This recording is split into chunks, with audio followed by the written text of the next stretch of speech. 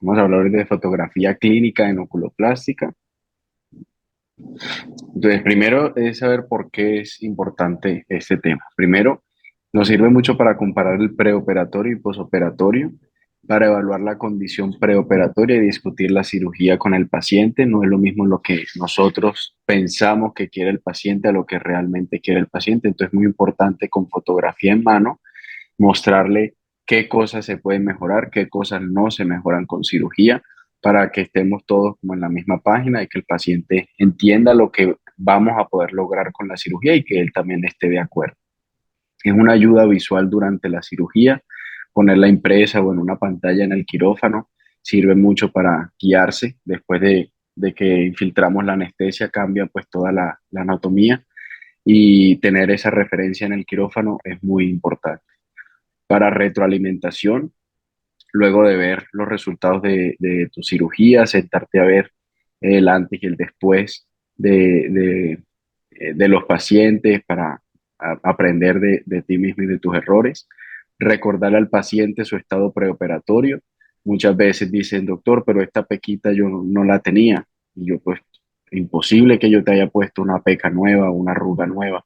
Entonces vamos a la fotografía y ahí estaba la arruguita o la peca o lo que no le está molestando al paciente. Son parte de la historia clínica, es un documento médico legal, sirve para investigación, para congresos y publicaciones, y un buen trabajo en la fotografía refleja la calidad del profesional. No es lo mismo ir a presentar en un prestigioso congreso con unas fotografías mal tomadas, borrosas, desenfocadas, con fondos distractores, no se ve bien.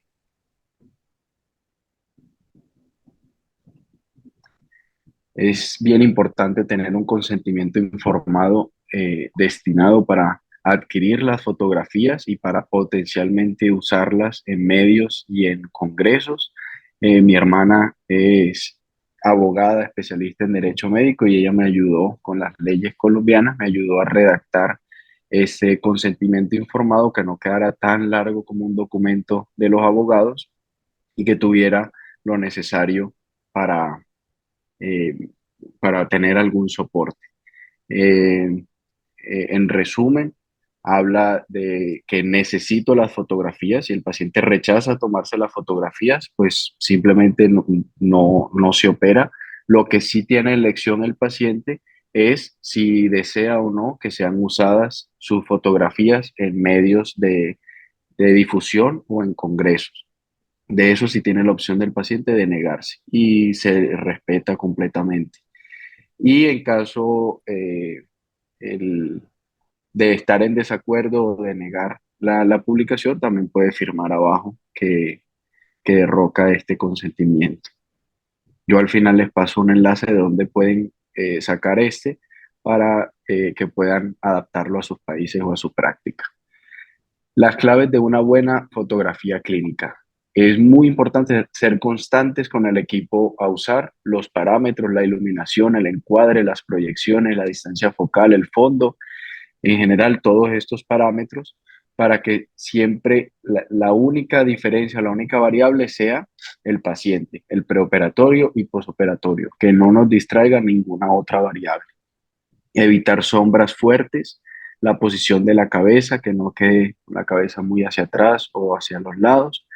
Y siempre tomar la fotografía a la altura de los ojos para que los párpados del paciente no queden en una posición que no sea la del paciente, un balance de blancos adecuado y el enfoque perfecto para que se vea todo el detalle y la textura de la piel. El equipo usar idealmente una cámara de DSLR, que son estas que están por acá, no sé si están viendo el mouse, pero son cualquiera de estas, ahí con espejo y sin espejo. A mi parecer las sin espejo son mucho más caras y no le agregan ningún beneficio para lo que necesitamos ahora. Obviamente las mirrorless, que son las más modernas, sí tienen muchísimas otras ventajas para otro tipo de fotografía, pero lo que nos importa ahorita, esta de DSLR, la más sencillita de todas, funciona perfecto. Si no tenemos esta, pues también tenemos opción de una cámara de point and shoot que no tiene lentes intercambiables, pero tiene forma de cambiar los parámetros y en el peor de los casos, pero también funciona, una cámara de celular moderno sin filtros. Algunos celulares ya tienen muchos filtros que quitan las arrugas y que ponen un poquito de rubor, ese no nos serviría. Que no tenga filtros funcionaría, pero no es lo ideal. No es cómodo para un paciente que se le tome fotografías con el celular personal del doctor y tampoco es seguro tener todas esas fotografías en el celular, que de pronto se roban o hackean el celular y tienen toda esa información y pueden hasta extorsionar al médico con publicar esa cantidad de fotografías. Entonces es un tema delicado. Lo ideal es una cámara que sea de la clínica o que sea del consultorio, pero que quede toda esa información asegurada y no en el celular. Para el oftalmólogo es muy fácil eh, reconocer la anatomía de una cámara DSLR porque tiene varias partes comparables con el ojo humano. Tenemos un iris o el diafragma que nos permite la entrada de luz, tenemos unos lentes y un sensor que sería como nuestra retina y una cortina que sería como nuestros párpados. La apertura está definida por el diafragma del lente, es qué tan abierto está el lente. Aquí podemos ver como en midriasis un punto F bajito y aquí un punto F22, que es un punto F alto. Eso quiere decir que deja entrar muy poca luz. Con una apertura muy amplia van a quedar el fondo y la parte de adelante de lo que está enfocado totalmente desenfocado y con una apertura muy pequeñita, o sea, un punto F muy alto, va a quedar mucho campo de la foto enfocada. Entonces, por eso no nos podemos ir a ninguno de los dos extremos, porque este no dejaría entrar mucha luz, quedarían muy oscuras las fotos, y esta, si deja entrar mucha luz, queda revelada o queda toda blanca la foto y nos va a ser muy difícil enfocar exactamente donde queremos. Entonces, ahorita vamos a ver en los parámetros que un punto F8 sería ideal. El sensor de la cámara funciona como nuestra retina. Al sensor también le podemos modificar la sensibilidad. Lo ideal es dejarlo en una sensibilidad de 100 para que no haya tanto ruido o no quede con esas pequitas que le dan mala calidad a la foto. Ahorita lo vamos a mirar también. Y la cortina nos determina el tiempo de obturación, que es qué tanto tiempo está abierta ese sensor, está abierta la cortina y qué tanto tiempo nos va a dejar entrar luz. Si tenemos un tiempo de exposición muy prolongado, nos va a entrar mucha luz, entonces va a quedar sobreexpuesta o blanca. Y si tenemos un tiempo de exposición muy corto, nos va a quedar oscura. El, el tiempo de exposición a esta cortina funcionaría como nuestros párpados, como abrir y cerrar rápido los ojos. El objetivo y distancia focal también es otro parámetro importante que debemos entender. Esto está determinado en el lente intercambiable de la cámara. Un lente de 13 milímetros nos permite un campo muy amplio pero las cosas se ven muy lejos. Entonces, con un lente de 13 nos tocaría, como a nosotros nos importa solamente los ojos y la cara del paciente, tendríamos que acercarnos muchísimo al paciente, que eso lo hace sentir incómodo, para que nos salgan solamente los ojos. Y se va a ver todo distorsionado. Un lente de 26, un lente de 65 milímetros y este sería un lente de 200 milímetros. Aquí en esta fotografía estoy parado en el mismo lugar, solamente estoy cambiando el parámetro de los 200 milímetros y vemos cómo ya perdemos mucho campo, pero los objetos cada vez se van con más zoom. Entonces, en fotografía, el zoom está determinado por los milímetros del lente que vamos a usar en la cámara. Este sería un lente, por ejemplo, este aquí dice de 105 milímetros.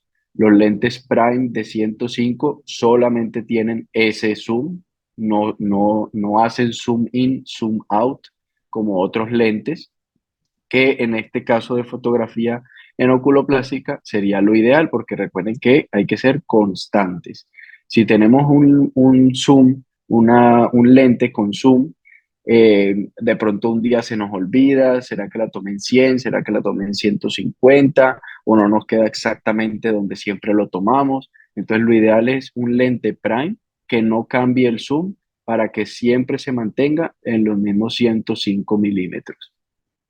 Y aquí podemos ver la diferencia entre una fotografía tomada con un lente de 50 milímetros, donde nos toca acercarnos mucho al paciente, que lo hace sentir incómodo y vemos esa distorsión en bola de Navidad o distorsión en barril, donde la nariz se ve muy grande, los ojos se ven apartados, incluso aparenta una exotropia en este paciente que no tiene ningún problema de estrabismo y ni siquiera se le alcanzan a ver las orejas. Este es tomado con un lente de 100 milímetros, ya si nos alejamos un poco del paciente, estamos aproximadamente a 1,5 metros del paciente, entonces no estamos invadiendo su espacio y la cara queda sin esa distorsión en barril o en bola de Navidad que representa mejor la anatomía del paciente. En el celular, eh, si vamos a tomar la fotografía con el celular, 1x sería una fotografía así, y si le ponemos 2x en el zoom del celular y nos alejamos del paciente, ya lograríamos algo parecido a una cámara de 100 milímetros. Si alguien tiene alguna duda o alguna pregunta o quiere que repase algún punto, me avisa. La fotografía con smartphone tiene la desventaja de que no tiene el modo manual, pero podemos simular la magnificación o el zoom en 2x o los que tienen una barrita hasta la mitad de la barra, que sea sin flash, porque el flash de frente nos pone todas las arruguitas y todo lo borra. Que sea sin filtros, usar la rejilla de tercios en configuración en cámara. Podemos agregar que nos salga la rejilla. Esto nos ayuda mucho para enfocar la imagen. Ponemos un ojo aquí, un ojo acá, y eso nos ayuda a que siempre quede del mismo tamaño y a la misma distancia del paciente. Enfocar es bien importante, tocar la pantalla cuando tengamos la imagen del paciente para que quede perfectamente enfocado en los ojos. Y la otra desventaja que les hablaba de la protección de datos, imagínense tener ese pocotón de fotos de los pacientes en el celular, primero es un poco desordenado y segundo, donde nos hackeen el celular o se nos pierda, toda esa información va a quedar por ahí sin saber en qué manos van a caer. La iluminación debe ser un escenario o un estudio bien iluminado con una fuente de luz amplia y difuminada. Eso es bien importante. No nos sirve que sea una luz como de una linterna que concentra la luz en una parte muy específica porque nos va a quedar esa parte muy iluminada y el resto muy oscuro. Segundo, esas luces que son muy fuertes nos hacen sombras fuertes sobre la cara. Entonces va a quedar la sombra de la nariz pintada o proyectándose en las mejillas del paciente o las sombras de la frente del paciente oscureciendo todos los ojos y eso no se ve bien en una fotografía y no nos va a mostrar lo que queremos ver. Entonces esas fotos que son tomadas así como en el quirófano, con la luz de arriba, de afán de último minuto, no van a quedar con buena calidad y muchas veces es la iluminación. Es algo que definitivamente hay que tener en cuenta y hay que corregir porque cambia muchísimo el antes y el después de la calidad de la foto. Podemos adquirir esta luz difuminada con una luz LED en anillo. Esto nos da una buena fuente de luz difuminada, podemos usarla así con el celular. Un softbox, que son estos flashes externos a la cámara con una caja de iluminación que difumina el flash, o eh, así sería la configuración con el softbox, o un flash indirecto en la cámara fotográfica. Podemos usar un flash externo al de la cámara, porque el de la cámara siempre va a apuntar hacia adelante. Usamos un flash externo donde podamos dirigir ese flash hacia arriba y hacia atrás, de manera que la luz va a reflejar en todas las paredes y el techo del consultorio para finalmente llegar al paciente muy difuminada esa luz. Y Ahí en el flash hay una lengüetica blanca que le sale por acá. Parte de esa luz se va a dirigir directo al paciente, muy poquito, aproximadamente el 1% de toda esa iluminación va a estar reflejada directamente hacia el paciente para que no quede muy oscuro aquí en la parte de abajo de los ojos, en la ojera. Entonces eso ayuda un poquito a darle una luz directa que va a iluminar los ojos. Yo además, en mi configuración, así es como lo estoy haciendo ahora con el flash directo, además en mi configuración le pongo el anillo de luz LED. Este no me proporciona nada de iluminación. Lo único que me proporciona esta luz es el reflejo corneal, que después en postproducción puedo usarlo para mostrarle al paciente la altura o la distancia margen reflejo. Entonces, luego vamos a ver un ejemplo. Eso me ayuda a mí a medir la distancia margen reflejo porque este anillo va a quedar reflejado en su córnea. Así es como tomo las fotografías. Miren cómo se ilumina todo el consultorio cuando sale el flash y esta es la lengüetica blanca de lo que les hablaba. Parte muy poquita de esa luz va a reflejar en esta lengüetica blanca y va a ir dirigido directamente hacia los ojos del paciente para que no me queden muy oscuros. Y la luz LED. En cuanto a los parámetros, eh, estos parámetros los usamos cuando no vamos a usar flash. El, Tiene que ser un rango porque va a depender mucho de las condiciones de iluminación de cada consultorio, pero tiene que ser un rango, pero el que yo elija, con ese me tengo que quedar. Entonces, si yo voy a elegir una velocidad del obturador de 1 en 100, porque esa fue la fotografía que me quedó con buena iluminación, todas las fotografías de en adelante las voy a seguir tomando 1 en 100. Entonces, para explicar un poquito, hay que poner la cámara en modo manual. La velocidad del obturador es el tiempo que está el, la cortina abierta recibiendo luz. Entonces, 1 en 60 segundos es más lento que 1 en 100 segundos. Entonces, si me demoro mucho, va a quedar muy iluminada la foto.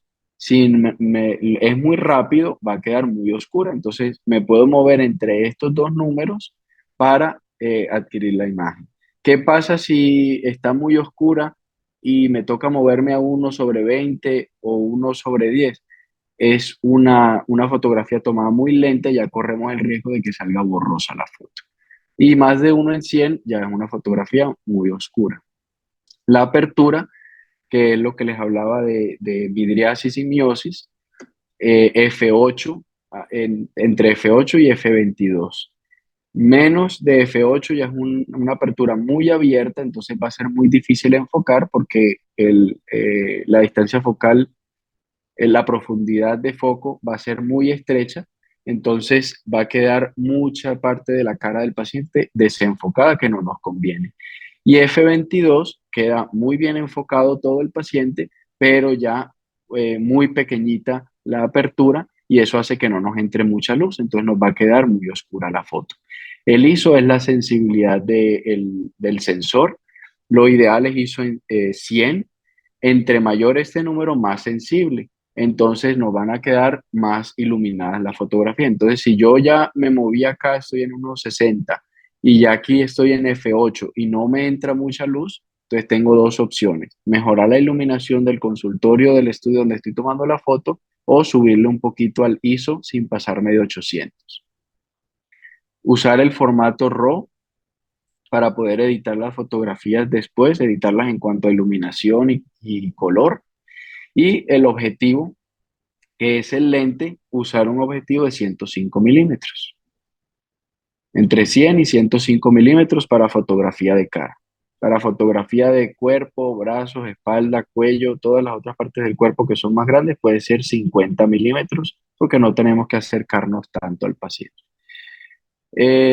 Los parámetros con flash son más estándar: ISO 100, 1.200 y F8. Aquí sí podemos ser más veloces en la velocidad del obturador porque es que la luz que nos ofrece el flash es en milisegundos, pero como está sincronizado con la cámara, esos milisegundos de una luz muy intensa son suficientes para que entre la luz perfecta para una fotografía bien expuesta. El fondo tiene que ser sin distractores, no se vale que esté la gente, personas pasando por detrás, un cuadro, un espejo, tiene que ser un fondo homogéneo. Eh, lo ideal sería que sea de ese color azul neutro o un color de gris al 18%, que ahorita les digo cómo es ese gris. Muchas personas lo toman con fondo blanco, con fondo negro, está bien, es aceptable, pero tiene un pequeño problemita que afecta cómo la cámara percibe esa luz. Entonces va a quedar sobreexpuesta o infraexpuesta la imagen. Si tenemos un fondo muy oscuro, negro, entonces la cámara va a pensar que tiene muy poca luz, entonces va a tratar de iluminar más la escena. Entonces nos va a quedar la cara del paciente sobreexpuesta. Y si es un fondo blanco, va a pasar lo contrario. Va a recibir mucha información de iluminación, de que el escenario está muy iluminado, entonces va a oscurecernos la cara del paciente. Mientras que usamos un gris del 18%, nos da el balance perfecto. Ahorita nos pasamos al balance de blancos. ¿Esto qué es?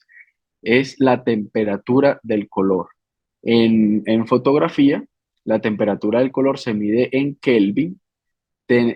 Un Kelvin muy alto es una fotografía azulosa que ocurre cuando hay muchas nubes en el cielo, cuando está con iluminación del sol. Y un Kelvin de 1000 y 2000 es una iluminación muy anaranjada, como aquella tomada con una vela o las fotografías de cumpleaños como a vela, así muy oscurito. En tonos amarillos es un Kelvin de 1000 o 2000. Lo ideal en fotografía clínica es entre 5000 y 6000, más o menos aquí en el centro. ¿Y cómo vamos a lograr esto? Tenemos varias herramientas. Primero, la iluminación, que sea luz blanca en el consultorio o la luz del flash sin ponerle filtros de colores. Segundo, las paredes del consultorio deben ser blancas o de un gris muy clarito, porque si vamos a usar el flash, ese flash va a rebotar en las paredes y va a reflejar el color de la pared. Entonces, si tenemos paredes pintadas de azul, nos va a dar siempre un tono azulado en la fotografía. Tomar las fotografías aprovechando la luz del día con una ventana grande nos da una muy buena fuente de iluminación difuminada, pero con el defecto que va a variar la temperatura del color. Si la tomo durante la mañana, nos va a dar unos tonos azules, y si la tomamos durante la tarde al atardecer, nos va a dar unos tonos anaranjados. Entonces no va a coincidir, no vamos a tener la constancia del color de la fotografía. Lo mismo pasa si la fotografía del preoperatorio se la tomo en el quirófano y el posoperatorio se la tomo en el consultorio, todos esos parámetros van a cambiar y no nos va a quedar una foto constante. Esta es una tarjeta de balance de blancos, es de color gris al 18%. Uno puede comprar en una tienda de fotografía o en Amazon. Uno pone tarjeta de gris al 18% o tarjeta de balance de blancos. Vale, me acabo de meter, vale $8 esta tarjetica, y eso nos ayuda como un estándar para corregir el balance de blancos. Entonces, esta fotografía tomada sin balance de blancos, miren el tono de piel como verdoso, como azuloso del paciente, y luego de hacer la corrección del balance de blancos ya recuperamos el tono de piel del paciente. Entonces preserva los tonos de piel y vamos a lograr una temperatura del color consistente en todas nuestras fotografías. Entonces la forma como yo uso la tarjeta es que le tomo una foto al paciente, a cada paciente junto a la tarjeta, le digo en el software de postproducción, al software le digo, esta tarjetica yo la compré y me dice que 18, gris al 18%, y el software toma esa tarjeta como referencia y hace todos los cambios en la fotografía para que este color de esta tarjeta sea efectivamente gris al 18%. Eso es lo que está haciendo aquí. Y acá me sale una barra alta del gris exacto al 18%. Yo la ubico en la mitad de mi histograma para tener la iluminación y las sombras perfectas. Copio esos parámetros y lo pego de copy-paste y lo pego en el resto de fotografías de ese paciente. Para cada paciente, una fotografía de calibración de balance de blancos. Entonces, todas las fotografías de ese paciente van a llevar los parámetros con la corrección del balance de blancos. La composición y proyecciones. Siempre ubicar el lente de la cámara a la altura de los ojos del paciente para no tomar una fotografía desde muy arriba o desde muy abajo.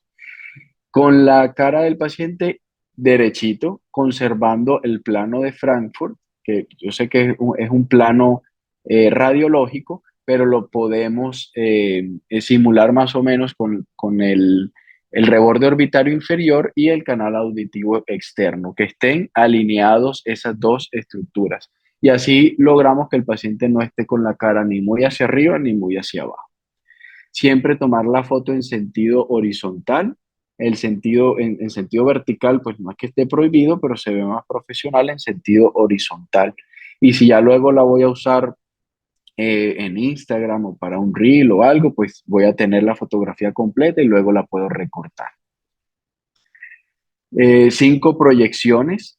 Las proyecciones son desde donde le tomo la foto al paciente, entonces frontal, dirigido directamente hacia la cámara, 2 oblicuas a 45 grados y 2 laterales a 90 grados, o sea, derecha e izquierda. Para dirigir al paciente podemos hacer unas marcas en el piso que estén ubicadas hacia el frente a 45 grados derecha e izquierda y a 90 grados derecha e izquierda. El, la composición es qué parte del paciente sale en la fotografía. Entonces debemos hacer de cara y acercamiento en los ojos, con la mirada arriba y con los ojos cerrados. Eso nos dan 12 fotografías básicas. En la práctica hay que ser más prácticos. Entonces tener 12 fotografías de cada paciente se hace un poco redundante. Entonces yo lo resumí en estas 8 fotografías para la oculoplastia, porque a nosotros nos importa los ojos y los párpados. Entonces, una frontal con la identificación para siempre poderlo guardar bien en la carpeta de organización con los datos del paciente y poderlo encontrar a futuro. Una frontal que se vea la cara completa del paciente, desde la parte de más arriba de su cara hasta el cuello o el esternón. Una con acercamiento en los ojos también de frente, que se vea desde la frente del paciente hasta el labio superior. Las oblicuas a 45 grados derecha e izquierda con acercamiento en los ojos, esta y esta, con la mirada arriba, con la mirada abajo y la lateral de 90 grados con acercamiento en los ojos. Y nos quedan estas 8 fotografías. Preservar el plano de Frankfurt, usar la rejilla para mantener siempre la foto nivelada, derechita, y algunos casos especiales como fotos macro de lesiones, donde sí pues, nos podemos acercar mucho más al paciente, fotos dinámicas para evaluar las arruguitas pre y post inyección de toxina botulínica, por ejemplo, una proyección desde abajo para evaluar la proptosis del paciente a la hora eh, de documentar una prueba de fenilefrina, hacer una marquita con un sticker en la frente del paciente, documentando que se le puso la fenilefrina en ese ojo. Y ahí se alcanza a ver el reflejo corneal. Este, por ejemplo, es un paciente pre y posoperatorio de una corrección de tosis palpebral. Aquí vemos el reflejo corneal de la luz en anillo que uso, que me sirve para poder medir la distancia margen reflejo incluso después de haber tomado la fotografía. Y al paciente le muestro, mira, aquí no se alcanzaba a ver el anillito completo, de hecho se tapaba la parte de arriba y mira que después de la cirugía se ve el ojo más abierto, pero objetivamente mira como ya se ve todo el anillo, incluso con unos milímetros más arriba tu párpado. Entonces es muy objetivo a la hora de ejemplificar la distancia margen-reflejo. Otras recomendaciones, usar ropa negra u oscura para que no refleje ese color de la ropa en la fotografía. Idealmente sin maquillaje. Es bastante difícil, sobre todo en las mujeres que lleguen a una consulta sin maquillaje. Y la verdad es que ya ahorita no a todo el mundo le digo que se quite el maquillaje.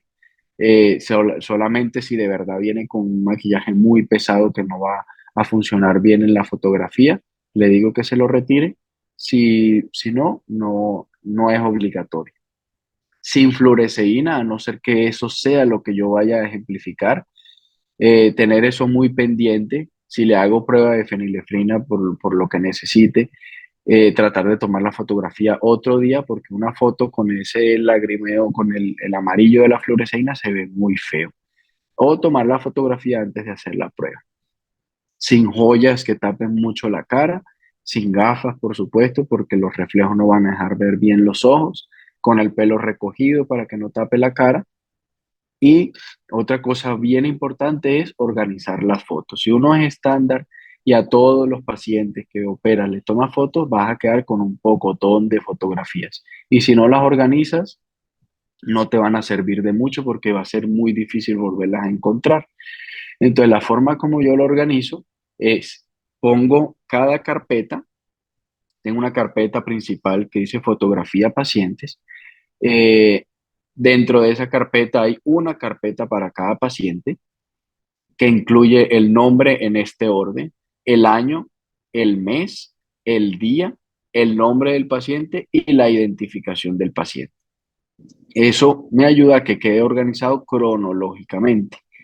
También me ayuda si yo en la barrita de buscar busco por la identificación del paciente, voy a encontrar la foto. Si busco por el apellido del paciente, voy a encontrar su carpeta. Si busco por fechas, voy a encontrar la carpeta. A cada carpeta de estas le doy clic derecho y por lo menos en Mac se pueden usar etiquetas o tags. Esas etiquetas que voy a incluir información de la cirugía o de la condición del paciente. Entonces pongo, ese paciente tiene dermatochalasis y a ese paciente en la etiqueta pongo dermatochalasis. Otra etiqueta le pongo corrección de tosis palpebral. Otra etiqueta, blefaroplasia superior. Y así los tengo. Tengo varias etiquetas, tumores, tosis, corrección de entropion, ectropion, cada una de esas. De forma que cuando yo, por ejemplo, vaya a presentar un tema de tosis palpebral, yo pongo buscar, pongo tosis palpebral y me van a salir todas las carpetas que yo les incluí la etiqueta de tosis y así más fácil encuentro los pacientes que me van a servir o no para esa charla. Dentro de la carpeta de cada paciente hay subcarpetas. Van a ser también con las fechas de preoperatorio y todas las que le tome de posoperatorio. Si le tomé a los 2 días, a los 2 días, a la semana, al mes, a los 6 meses, al año, todas van a ir yendo aquí en la subcarpeta del paciente. Y copio aquí el consentimiento informado del paciente por si acaso hay algún problema y voy a tener el consentimiento del paciente. También elijo un tag de color rojo en los pacientes que no desearon que publicara su fotografía.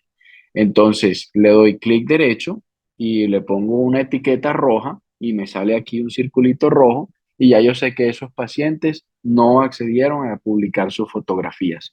O es un paciente que no es mío, sino que un colega me mandó para que le tomara la foto o el paciente dijo, doctor, no quiero que yo salga por ahí en sus congresos ni en las redes. Entonces le pongo un círculo rojo y ya yo sé que ese paciente ni lo miro porque sé que no me va a servir para publicaciones ni para nada.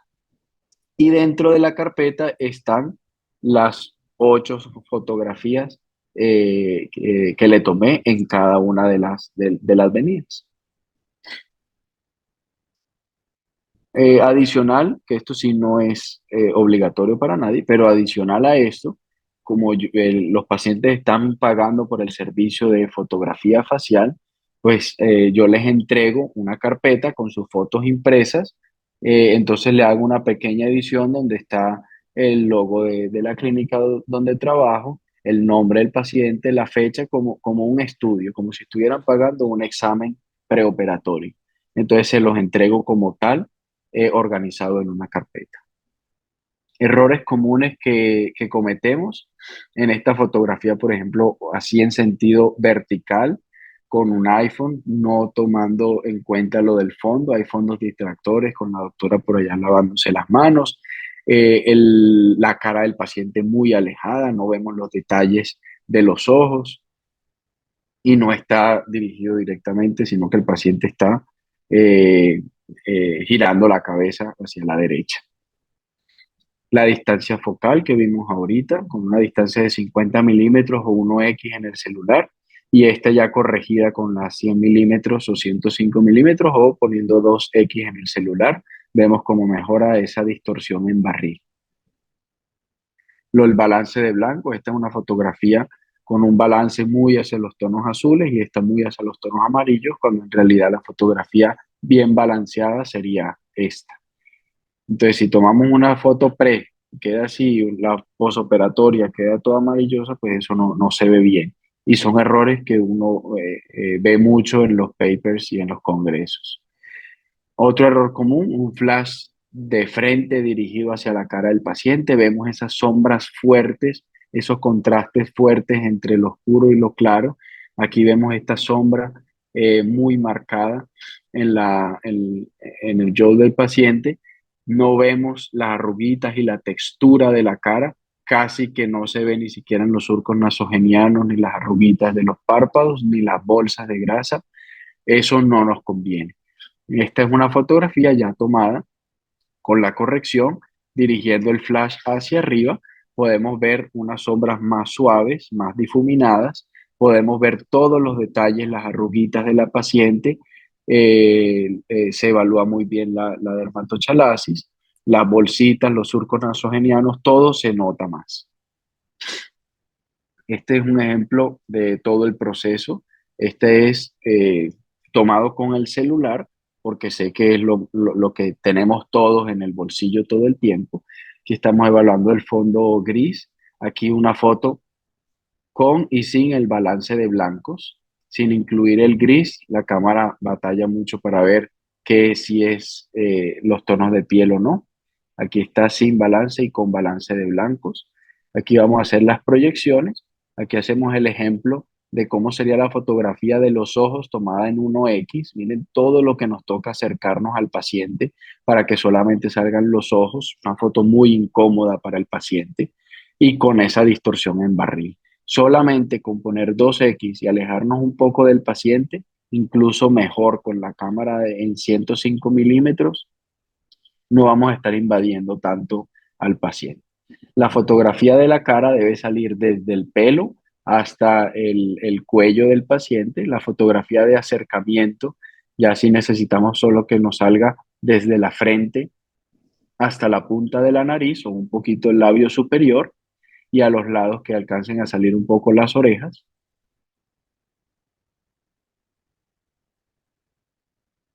Luego vamos a tomar las oblicuas, que es a 45 grados, ya sea que el paciente se mueva a 45 grados o que yo me mueva a 45 grados.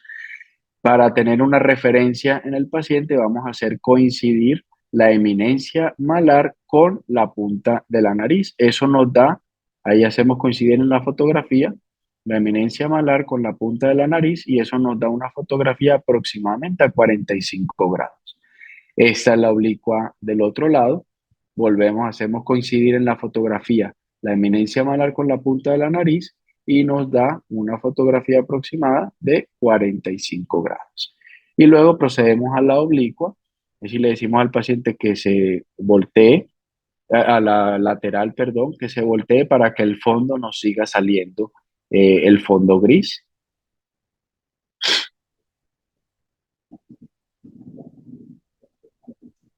y la fotografía con los ojos cerrados y con la mirada arriba.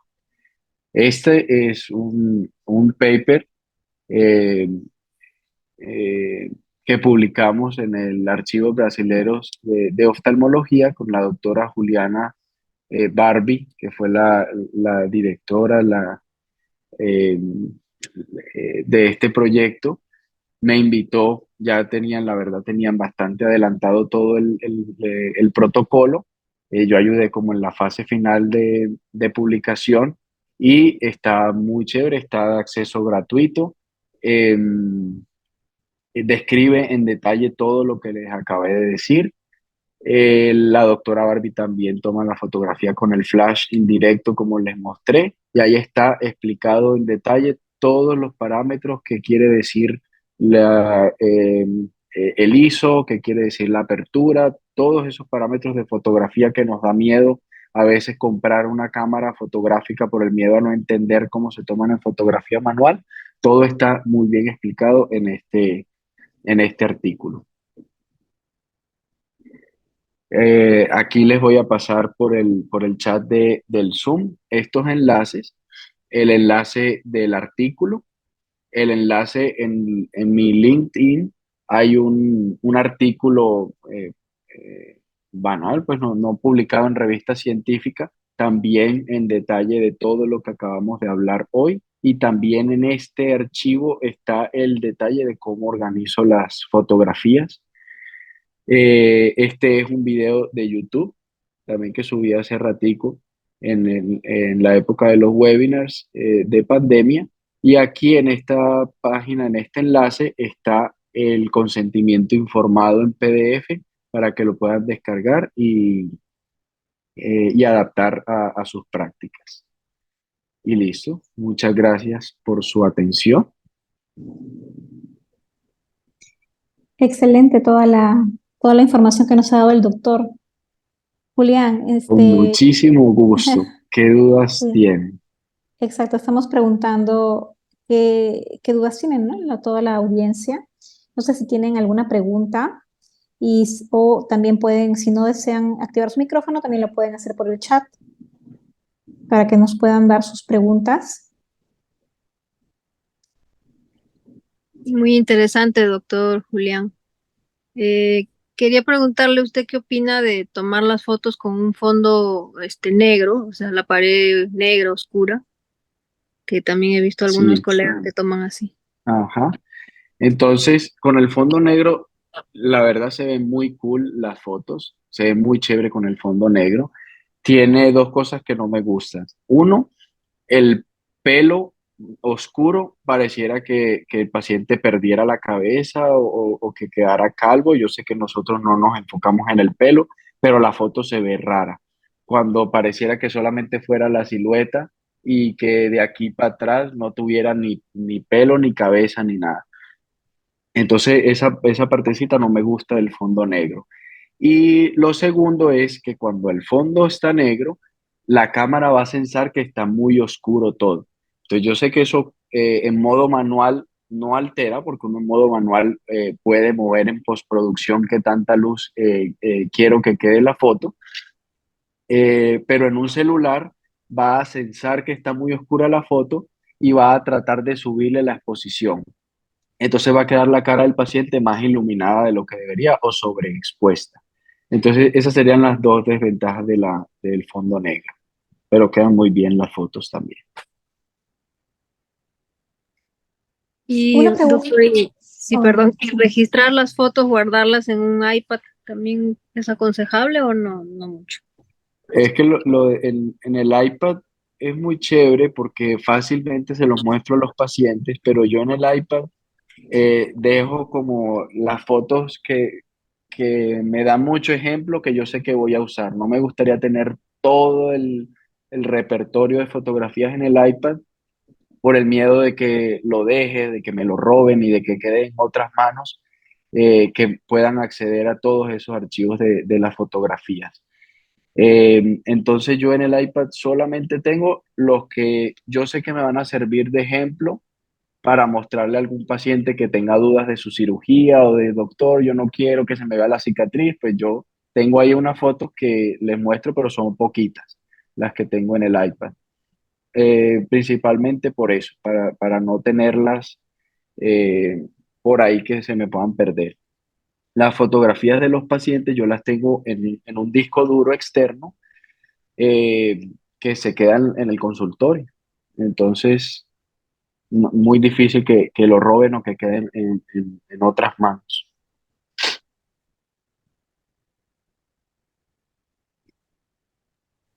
Gisela, creo que ibas a hacer una Sí, pregunta. yo quería preguntar con respecto a los fondos que tú estabas comentando, Elisa. Por ejemplo, usted, doctor, especifica que es más recomendable un fondo gris al 18%.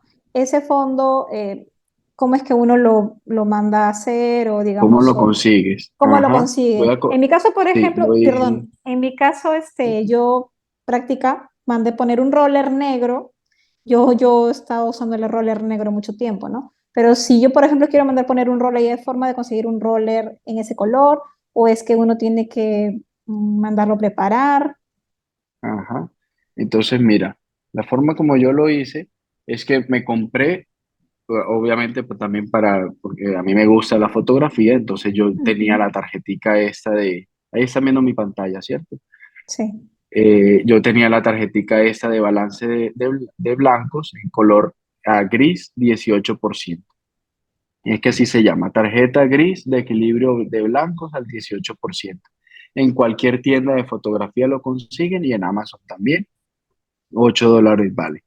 Con esta tarjetica me fui a donde venden telas y simplemente dije, necesito una tela que no sea satinada para que obviamente no me dé reflejos ni brillos brillosos. Ujú. raros, o sea, una tela de algodón o tela de, no sé qué material sea, pero simplemente que no brille, que no sea satinada, que no sea una seda, por ejemplo. Y con el color más parecido a este gris a 18%. En la tienda de textiles me dijeron, ese es un gris Oxford, así lo conocen ellos, gris Oxford, supongo que por los uniformes de la escuela tradicional de Oxford será, pero así lo conocen ellos. Pero la forma como fue, me llevé esta tarjetica y dije, necesito una tela de 2 por 2 metros del color más parecido a este. No vale llevarlo en una fotografía o en el celular, porque obviamente eso cambia mucho. Si yo le subo el brillo al celular o se lo bajo, va a cambiar totalmente el color del gris.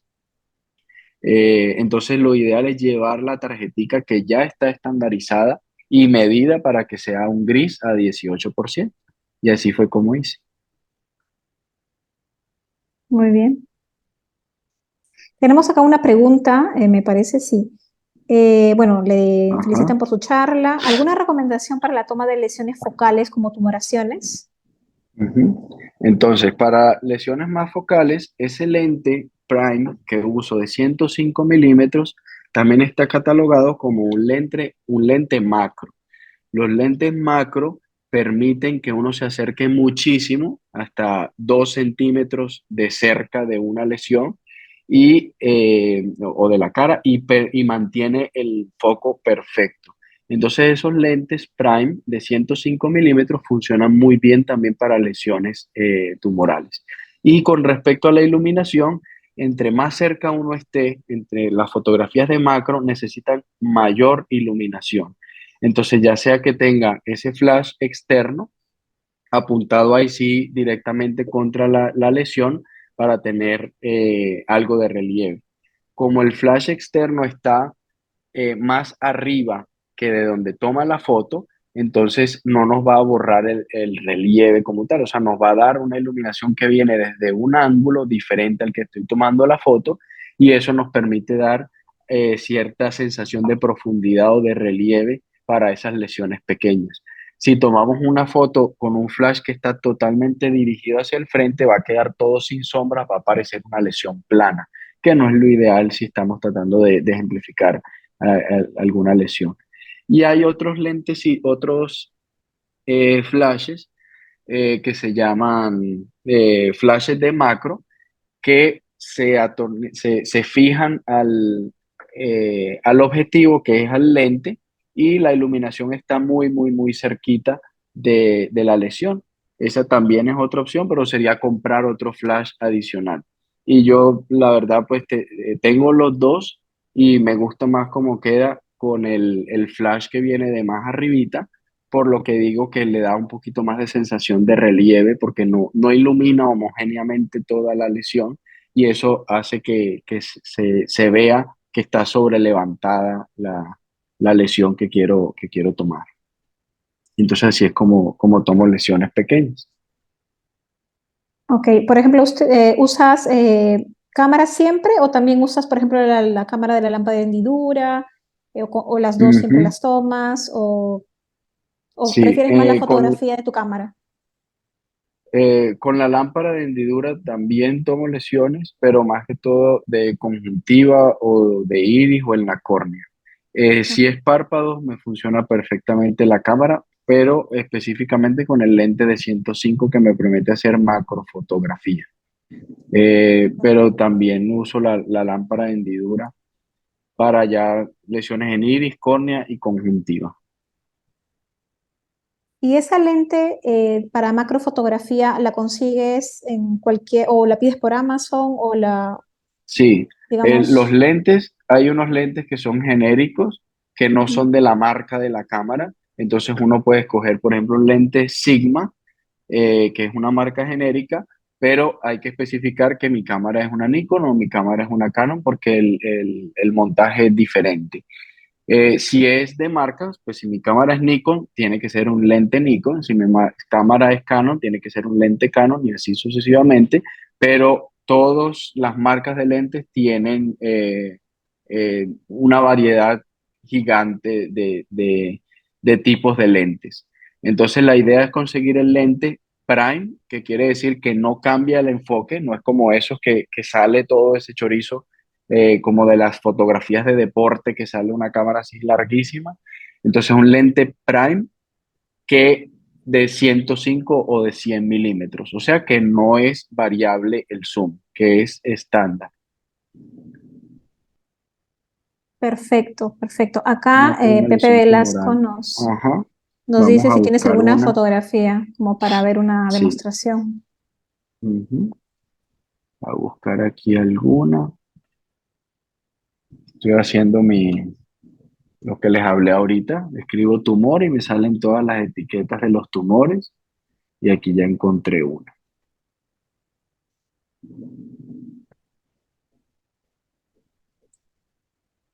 Ya les comparto. El,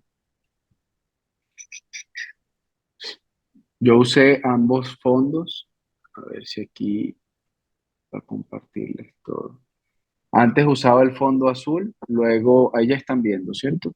Antes usaba el Sí. fondo azul, luego me pasé a fondo gris. Los dos funcionan perfectamente bien, solamente que el fondo gris me parece un poquito más profesional, entonces me pasé a fondo gris y de ahora en adelante lo sigo tomando en fondo gris. Entonces tenemos aquí la foto de la cara, la foto de acercamiento con los ojos cerrados, mirando hacia arriba, la oblicua, oblicua, y aquí ya las fotos macro de la lesión. Mm. Entonces Por podemos ejemplo, ver en, ajá, para tomar esa fotografía, ¿a qué distancia te colocas? O sea, esto muy de estoy cerca. a 4 centímetros. Con el Ah, estamos. lente Prime de 105 estoy cerca, cerca, cerca del paciente. Ok. Estas, para que me alcance a salir toda la cara, es el mismo lente, pero estoy ubicado a 1,5 metros del paciente. Aquí sí estoy a 4 centímetros. Ah, y así es como Se ve les muy entrego la bien. foto a los pacientes. Ajá. Se ve muy bien. Y Y el posoperatorio, este es de los 6 meses, este a los 2 años, ya aquí me cambié a fondo gris, que también funciona perfecto, pero me parece que se ve un poquito más elegante. mencionan también si hay alguna recomendación adicional para tomar las fotos que demuestren la proptosis, aparte de la clásica toma que se hace, ¿no? Si Sí, tienes entonces alguna. para tomar proptosis, la verdad es que no tengo ningún ejemplo tomado, pero simplemente le digo al paciente ya me pongo mi cámara. No, no tengo ninguna de proptosis, pero ya pongo mi cámara para dar el ejemplo. Ya Hay me una están viendo a clásica que mí, ¿cierto? se, No sí, la... hay una clásica que es Sí, cuando el paciente está recostado, simplemente ¿no? O cuando eso. está, Entonces, perdón. entonces lo que yo hago es decirle al paciente que mire hacia arriba y que la punta de la nariz me quede en la glabela. O sea, que me coincidan Mm, este plano, que la punta de la nariz me quede aquí en la glabela. Y yo tomo la foto desde abajo hacia arriba. Eso claro. en fotografía se llama el warm view, o sea que estoy tomando como si fuera una lombriz viendo desde abajo hacia arriba. El warm view me permite a mí evaluar esa diferencia de la proptosis del paciente. En el artículo sí está la fotografía de ejemplo. En el artículo que les di el enlace, ahí está el ejemplo de la fotografía de una proptosis. Ok. A ver, ¿alguna pregunta adicional que tenga el auditorio? Por ejemplo, ¿qué recomendaciones tú darías a una persona que está empezando en fotografía, digamos, o los tips más importantes para no fallar en un registro fotográfico, por ejemplo, de un Ujú. paciente estético, ¿no? ¿Qué es lo que Sí. más nos llega?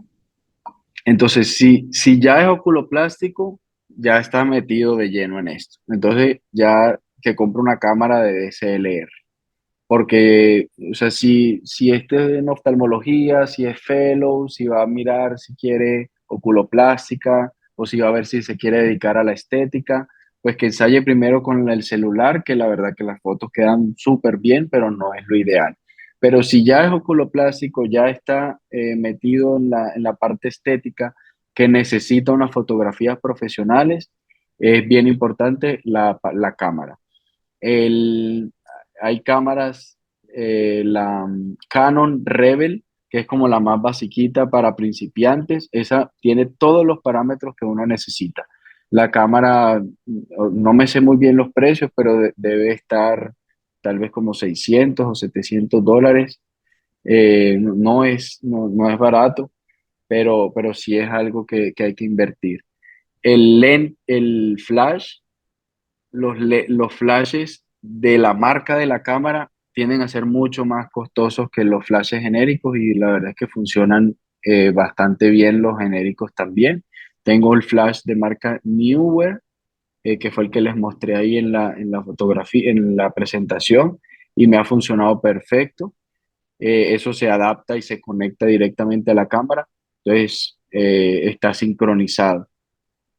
El, Y el lente, las cámaras vienen con un lente de 18-55 milímetros, o sea que es un lente de zoom. Y si tú te fijas, entre 18 y 55, las fotos van a quedar con ese efecto de bola de Navidad o de barril. Entonces toca comprar también el lente de 105 milímetros.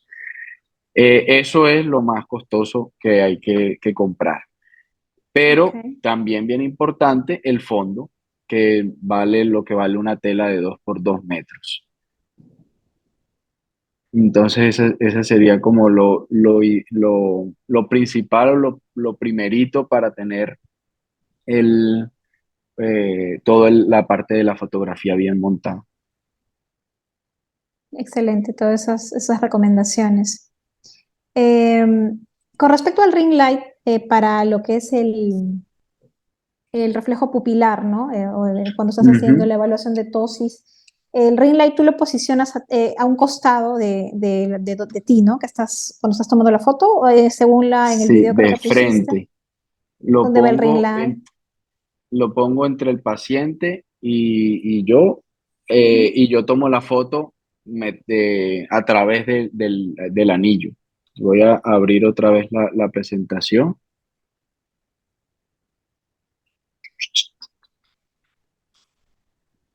Compartir aquí.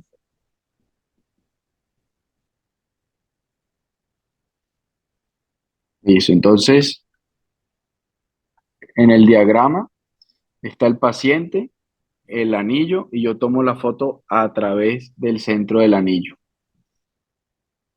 Ok. Aquí de pronto se ve a un costado, pero está directamente entre el paciente y yo tomo la foto a través del anillo. Entonces ese anillo refleja en la córnea, él no me proporciona nada de iluminación. O sea, si yo tomo la misma fotografía con los parámetros de f8 y la velocidad de obturación en 200 y apago el flash, me sale todo negro. Lo único que se ve es el reflejo del anillo en la córnea. Porque así funciona la fotografía. A esa velocidad necesito mucha iluminación para que se alcance a ver algo. Entonces se vería todo negro, ¿cierto? Entonces yo sé que este anillo no me está proporcionando iluminación en la escena, solamente me está produciendo el reflejo en la córnea.